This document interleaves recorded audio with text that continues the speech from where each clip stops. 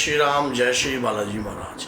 आज जो बताऊंगा आपको लाख क्या 1000 गुना बेनिफिट देगा। 5 दीपकों का चमत्कार बता रहा हूं मैं।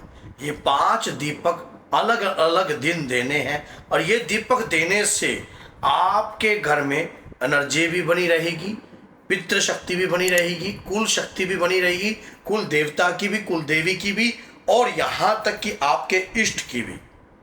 बस ये 5 दीपक पकड़ लीजिए आपने। कब देने हैं, किस वक्त देने हैं, कैसे देने हैं और देने का क्या क्या लाभ प्राप्त हो सकता है आपके बच्चों को भी, आपकी संतान को भी, और आपके पास जो है हर प्रकार की जो सुविधाएं हैं इस दीपकों से उपलब्ध हो सकती है। सुनकर अचंभा लग रहा होगा कि 5 दीपक देने से ऐसा क्या बेनिफिट होएगा। आज कहते हैं कि भगवान के प्रति अगर हम नमस्कार भी और प्रणाम भी करते हैं प्रतिदिन, उससे भी ऊर्जा बढ़ती है। मैं तो सिर्फ एक 5 दीपक देने के लिए कह रहा हूं। वैसे भी हम अपने घर में चाहे प्रतिदिन रोज दीपक देते हैं, लेकिन अगर इन 5 दिनों पर देते हैं तो जीवन में बहुत कुछ प्राप्त हो सकता है। तरक्की नहीं प्राप्त करी, मत घबराओ। लगता है कोई कार्य नहीं बन रहा है, बस इन कार्यों को करते रहो जो मैं आज की वीडियो में बता रहा हूँ। अगर आपने अभी तक चैनल को सब्सक्राइब नहीं किया तो सब्सक्राइब कर दीजिए। हनुमान जी की कृपा प्राप्त करने के लिए आप इस चैनल पर बहुत सारी वीडियो बनी हुई हैं, आप वीडियो को देखिए, वॉच कीजिए, लीड लगाकर देखिए और सुनिए, और फिर जीवन में बदल सकती हैं। ये वीडियो आपके लिए बहुत ज़्यादा लाभवर्धक होती है। वीडियो के एंड तक बने रहोगे तभी जानकारी पूर्ण रूप से प्राप्त होगी। क्या है 5 दीपकों का चमत्कार। सबसे पहली बात, हम कुल देवी को प्रसन्न करने का प्रयास करते हैं, पितृदेव को प्रसन्न करने का प्रयास करते हैं, इष्ट देव को प्रसन्न करने का प्रयास करते हैं। आप प्रतिदिन पूजा कर रहे हो या नहीं कर रहे, लेकिन अगर इन दिनों पर पूजा करते हो तो आपके देवता प्रसन्न होंगे। सबसे पहला, अष्टमी पर मां दुर्गा की पूजा आपके घर में जरूर होनी चाहिए। जब भी कभी अष्टमी होती है तो अष्टमी पर दुर्गा के नाम का दीपक जरूर देना चाहिए। आप पति पत्नी मिलकर मां दुर्गा के नाम का दीपक दीजिए। मां के चरणों में चंदन का लेप लगाइए, चंदन का लेप लगाइए या चंदन का इत्र से मां के चरणों में आप मसाज कीजिए। सूर्य उंगली के साथ जो है चरणों में इत्र लगाइए। मां आपके समस्त कार्यों में मंगलता आपको दिलाएगी। घर में धन धान्य की बरकत उत्पन्न होने लग जाएगी। आपके घर के अंदर जो है सुख और सुविधाएं आपको प्राप्त होंगी। ये दीप का दान सुबह और शाम आप दोनों टाइम कर सकते हो, एक दिन के अंदर दोनों टाइम। अब बात आती है नवमी पे अगर आपका कोई कुल देवता है, कुल देवता का दीप का दान आपको नवमी पर जरूर देना चाहिए। अष्टमी के बाद नवमी लगती है तुरंत, तो नवमी पर आपका कोई भी देवता है, हनुमान जी आपके देवता है या कोई बाबा श्याम आपके देवता है या जो भी आपके देवता है, अपने देवता के नाम का दीप का दान दीजिए और अगरबत्ती या धूप का भी दान दीजिए। और जो कुल देवता है उनसे प्रार्थना कीजिए, हमारे कुल की रक्षा कीजिए, हमारे परिवार के अंदर जो है किसी भी प्रकार की नकारात्मकता का प्रवेश ना हो। अब बात आ जाती है 14 पर कुल के देवी के नाम का दीपक जरूर लगाइए। एक श्रीफल लीजिए। श्रीफल, अगर आपकी कुल देवी माँ काली है तो श्रीफल को आपने भेंट देनी है। अगर आपकी कुल देवी तामसिक रूप में चलती है तो भेंट जरूर दीजिए। अगर आप सात्विक रूप में चलती है तो आप चुन्नी में लपेटकर भी किसी भी दुर्गा माँ के मंदिर में एक दीप का दान के साथ, चुन्नी के साथ जो है आप अर्पण कर दीजिए कुल देवी के नाम से। या फिर कुल देवी के स्थान पर अगर आप जा रहे हो तो कुल देवी के स्थान पर आप अर्पण कर सकते हो। अब आ जाती है आगे बात किसकी, पूर्णिमा की। सुंदरकांड का पाठ, रामायण का पाठ आपको पूर्णिमा पर जरूर करना चाहिए। आप रात्रि में करो, दिन में करो, पाठ का अलग अलग महत्व है। 2 से 4 कीजिए।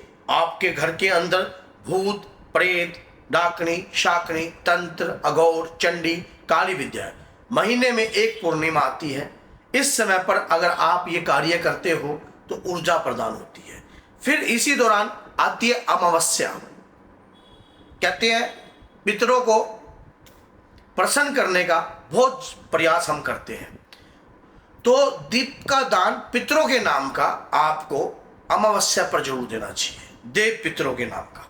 जब देव पितरों के नाम का आप अमावस्या पर दान देते हो तो एक कत्तर, सफेद रंग की कत्तर, उसमें 5 लौंग, थोड़े से सफेद अक्षत लेकर बांध कर आप जो है अपने घर के मुख्य द्वार पर बांध दीजिए।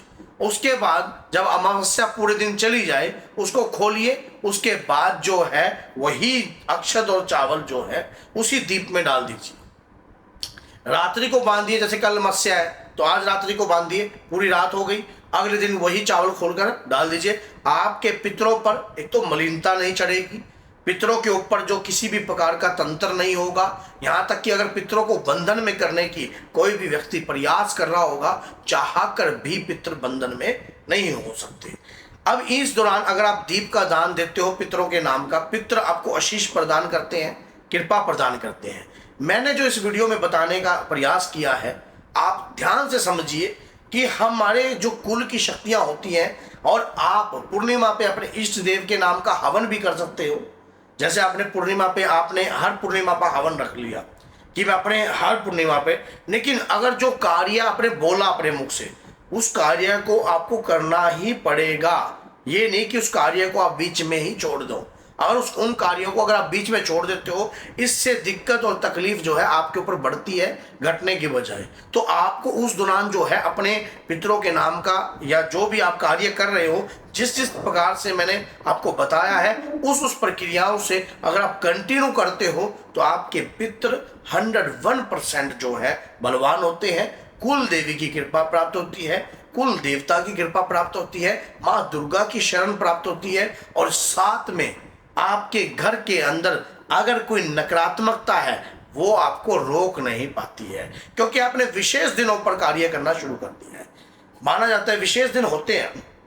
अब जैसे कई लोग सोचते हैं कि सभी दिन तो भगवान के हैं, वैसे सभी दिन भगवान के हैं, लेकिन कहते हैं कि हनुमान जी ने चैत्र मास की पूर्णिमा पर ही जन्म लिया।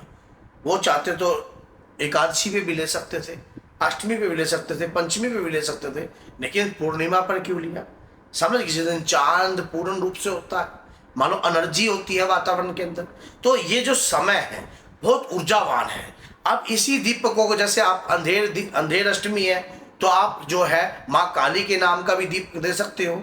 जैसे दुर्गा अष्टमी पर आप चांदनी में दुर्गा के नाम का, अंधेर में काली के नाम का, तो इससे शक्तियों की कृपा मिलती रहती है। नवमी पर आप भैरव के नाम का भी दे सकते हो, क्योंकि अष्टमी नवमी का मिलन होता है। काली अष्टमी नवमी पर आप भैरव के नाम का दे दीजिए, तो इससे कृपा बनी रहती है। ये 5 दीपक, टोटल 5 दिन ही मैंने आपको बताए हैं।